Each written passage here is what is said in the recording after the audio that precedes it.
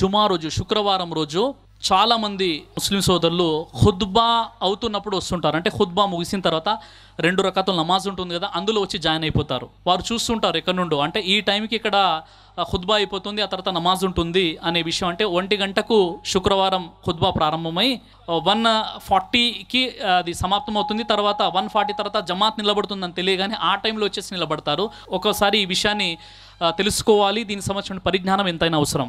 ఎందుకంటే చూడండి, దుహర్ నమాజులో 4 రకాతులు ఉంటాయి, కానీ అదే శుక్రవారం రోజు 4 రకాతుల్ని తగ్గించి 2 రకాతుల్ని ఎందుకు దైవం పెట్టాడంటే, మీరు వచ్చేసి ఖుద్బా వినండి, మీరు వచ్చేసి ప్రసంగం వినండి అని 2 మైనస్ చేయడం జరిగింది. మరి అలాంటప్పుడు మీరు ఖుద్బా వినకుండా చివరిగా వచ్చేసి 2 రకాతులు నమాజ్ చేస్తానంటే అది ఎలా, ఒక్కసారి గుర్తించండి. మరో విషయం ఏంటంటే, వారి నమాజ్ అవుతుందా అంటే నమాజ్ అవుతుంది, కానీ జుమ్మా రోజుకు సంబంధించినటువంటి పుణ్య ఫలాలు మాత్రం పూర్తిగా వారికి లభించదు. ఈ విషయాన్ని అర్థం చేసుకోవాలి. చూడండి, ప్రవక్త మహనీయ ముహమ్మద్ సల్లల్లాహు అలైహి వసల్లం వారు ఏం చెప్పారంటే, జుమ్మా శుక్రవారానికి ఉన్నటువంటి ప్రాముఖ్యతను తెలియజేస్తూ, సూర్యుడు ఉదయించే రోజుల్లో అన్నిటికంటే శ్రేష్టమైన రోజు శుక్రవారం జుమా. ఎందుకంటే శుక్రవారం రోజే అల్లాహ్ సుబ్హానహు వ తఆలా ఆదం అలైహిస్సలాంని సృష్టించాడు. శుక్రవారం రోజే ఆదం అలైహిస్సలాం వారిని స్వర్గంలో ప్రవేశపెట్టాడు. శుక్రవారం రోజే జన్నత్ స్వర్గం నుండి ఆదం అలైహిస్సలాం వారిని తొలగించడం జరిగింది. ప్రళయం కూడా జుమా రోజే వస్తుందని ప్రవక్త మహనీయ ముహమ్మద్ సల్లల్లాహు అలైహి వసల్లం వారు చెప్పారు. జుమా అనేది విశ్వాసుల పండుగ అని మరొక హదీసులో కూడా మనకు కనిపిస్తుంది. జుమా రోజు మనం ఏం చేయాలి?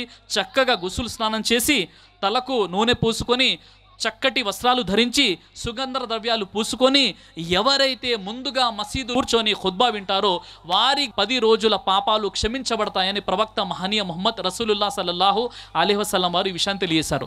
మరొక హదీసులో ప్రవక్త ముహమ్మద్ సల్లల్లాహు అలైహి వసల్లం ఏం చెప్పారంటే, ఏ ముస్లిం అయితే వరుసగా 3 శుక్రవారాలు నమాజుని అతడు వదిలివేస్తాడో అలాంటి వ్యక్తి యొక్క హృదయాన్ని అల్లాహ్ సుబ్హానహు వ తఆలా ముద్ర వేసేస్తాడు. అలాంటి వ్యక్తి హృదయంపై దైవం ముద్ర సీలు వేసేస్తాడు. అంటే అతనికి ఇక ధర్మం ఏంటో అర్థం కాదు, అతడు అలాంటి శైతాను ఆలోచనలకి వెళ్ళిపోతాడు. ఎందుకంటే ఏ ముస్లిం అయినా 3 వారాల పాటు శుక్రవారం నమాజుని నేరుగా వదిలివేసినట్లయితే అలాంటి వ్యక్తి హృదయంపై అల్లాహ్ సుబ్హానహు వ తఆలా ముద్ర వేయడం జరుగుతుందని చెప్పడం జరిగింది. మరొక హదీసులో జుమా ప్రతి వ్యక్తి కోసం ఫరజ్గా చేయడం జరిగింది అని ప్రవక్త మహనీయ ముహమ్మద్ సల్లల్లాహు అలైహి వసల్లం చెప్పారు.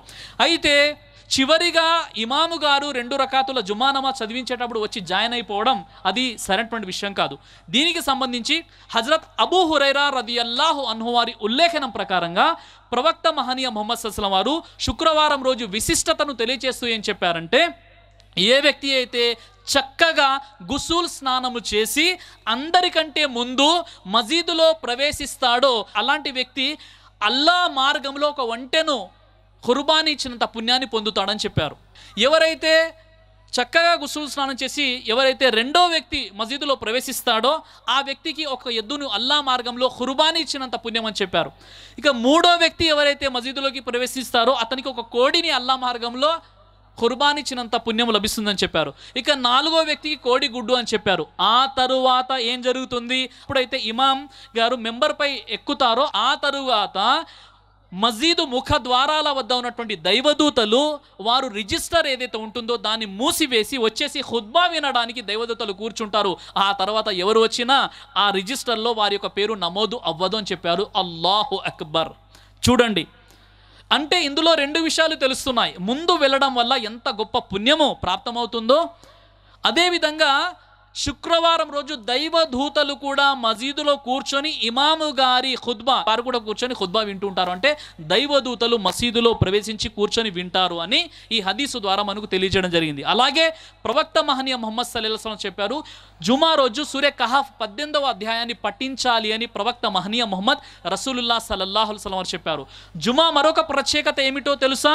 జుమా రోజు ఒక ఘడియ ఉంది.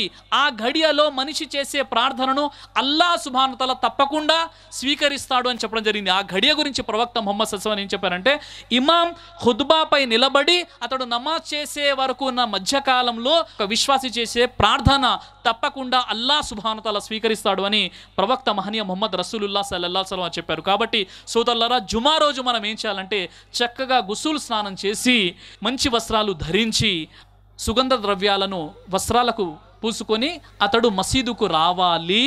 మొట్టమొదటిగా వచ్చినట్లయితే అల్లా మార్గంలో ఒక ఒంటెను కుర్బానీగా ఇచ్చినంత పుణ్యం లభిస్తుంది. కాబట్టి ఈ యొక్క భాగ్యాన్ని అల్లా ఏదైతే విషయాలు చెప్తున్నానో అల్లా సుబ్హానహు వ తఆలా ఇలాంటి భాగ్యాన్ని నాకు ప్రసాదించాలి, ఆ తర్వాత మీకు మనందరికీ ప్రసాదించుగాక. జజాకల్లాహు.